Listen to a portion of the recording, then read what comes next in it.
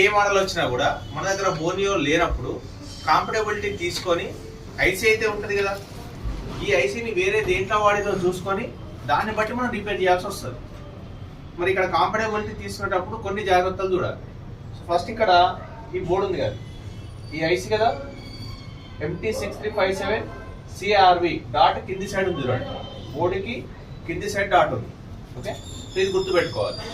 ఈ ఐసీ వేరే ఏ మోడల్లో అయినా వాడి ఉంటారు కదా, ఆ మోడల్ ఎందులో ఉందో సెర్చ్ చేయాలి. మనం సెర్చ్ చేయాలంటే ఇక్కడ ఉంది చూడండి, ఇదే కదా పాత్ ఫైండర్. దీంట్లోకి వచ్చిన తర్వాత రైట్ ఐసీ పైన నెంబర్ ఏముంది, MT6357 CRV MT6357 CRV అని సెర్చ్ చేస్తే ఇది వేరే ఎందులో వాడినో లిస్ట్ వస్తుంది. వచ్చింది కదా. సో ఇందులో చూడండి 19 పేజెస్ ఉన్నాయి, అంటే ఇన్ని మోడల్స్ లో. ఇక్కడ చూడండి, నేను 19 పేజ్ ఓపెన్ చేస్తున్నా డైరెక్ట్. ఇక్కడ చూడండి, Xiaomi A2, Redmi A2, Redmi A3, Redmi 6A dual SIM లో, అలాగే రెడ్మీ 10A, అంటే ఇట్లాంటి మోడల్స్ లో ఆ ఐసీ ఉంది. దీనికి సంబంధించిన డేటా మాత్రం ఈ మొబైల్ సంబంధించిన డేటా మాత్రం బోర్నియోలో లేదు అనుకుంటున్నాం. ఇప్పుడు దీంట్లో ఏదో ఒక మోడల్ మనం చూజ్ చేసుకోవాలి. ఫర్ సపోజ్ రెడ్మీ 6A అనుకుందాం, రెడ్మీ 6A లేదా ఇంకా ఏదైనా మోడల్ గుర్తుపెట్టుకోండి. 10A కూడా ఉంది కదా, రెడ్మీ 6A, 10A, 9C ఇవి గుర్తుపెట్టుకోండి. సో ఇప్పుడు నేను ఏదైనా ఒక మోడల్ మళ్ళీ ఓపెన్ చేయాలి.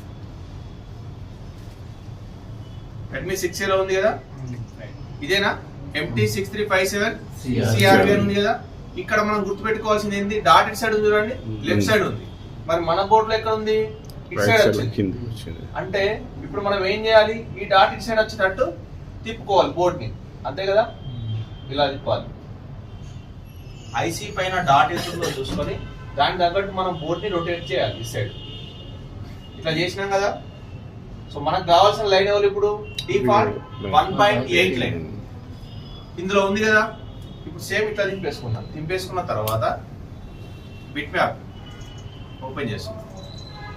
దేనికి సంబంధించిన బిట్ మ్యాప్ ఇది, రెడ్మీ 6A. కానీ మనం రిపేర్ చేసేది దేన్ని, రెడ్మీ 9A. సో ఇక్కడ 6Aకి వచ్చిన తర్వాత ఇదే కదా, ఇప్పుడు ఇలా ఉంది. సో దీంట్లో మనకు కావాల్సింది ఏంటి, 1.8 లైన్. ఇక్కడ ఒకటి ఉంది, ఇది అదే కదా వెళ్తుందా దీంట్లో కూడా బోర్డు మొత్తం. సో ఇది డిఫాల్ట్ 1.8 లైన్ కదా. సో మరి ఇప్పుడు మన దగ్గర ఎన్నో బాల్ ఇది, ఫస్ట్ లైన్ లో సెకండ్, ఫస్ట్ లైన్ లో సెకండ్, రైట్. సో ఇక్కడే కదా, ఇక్కడే ఉంటది కదా పైన సైడ్. సో మనం ఇప్పుడు కంపల్సరీ ఐసీని తీయాల్సి వస్తుంది. తీయాలా వద్దా, తీయాల్సిందే. లేకపోతే ఇప్పుడు దీనికి సంబంధించిన బిట్ మ్యాప్ లేదు కదా, సో దేనికి కనెక్ట్ అయిందో తెలుస్తుందా, తెలీదు. అప్పుడు ఏం చేయాలి, ఐసీ లిఫ్ట్ చేసి ఈ సెకండ్ బాల్ నుంచి వెళ్ళి ఒక జంపర్ వైర్ ని బయటికి తీసుకోవాలి. ఒక చిన్న జంపర్ వైర్ ని బయటికి తీసుకొని మళ్ళీ ఐసీని ఏం చేయాలి, రీఇన్స్టాల్ చేయాలి. రీఇన్స్టాల్ చేస్తే అప్పుడు దీని దగ్గర ఒక జంపర్ వైర్ బయటకు వస్తుంది కదా. అప్పుడు ఆ జంపర్ వైర్ దేనికి సంబంధించింది,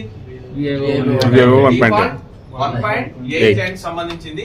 అప్పుడు డైరెక్ట్ ఆ ట్రాక్ పైన మనం చెక్ చేస్తే జిఆర్ వాల్యూ వస్తే లైన్ బాగుంది. ఒకవేళ షార్టేజ్ చూపిస్తే కంపల్సరీ ఎక్కడో షార్ట్ అయిపోయింది. మళ్ళీ ఏం చేయాల్సి వస్తుంది, మళ్ళీ రోజున అప్లై చేసి మీరు రాండంగా చెక్ చేసుకుంటే పోయినా కూడా ట్రాక్ చాలా పెద్దది కాబట్టి ఎక్కడో ప్లేస్ లో మనకు షార్టేజ్ కూడా చూపిస్తూ ఉంటాయి. రోజున అప్లై చేయి, షార్టేజ్ చెక్ చేయి, ఎక్కడ హిట్ అయిపోతే అక్కడ కంప్లైంట్.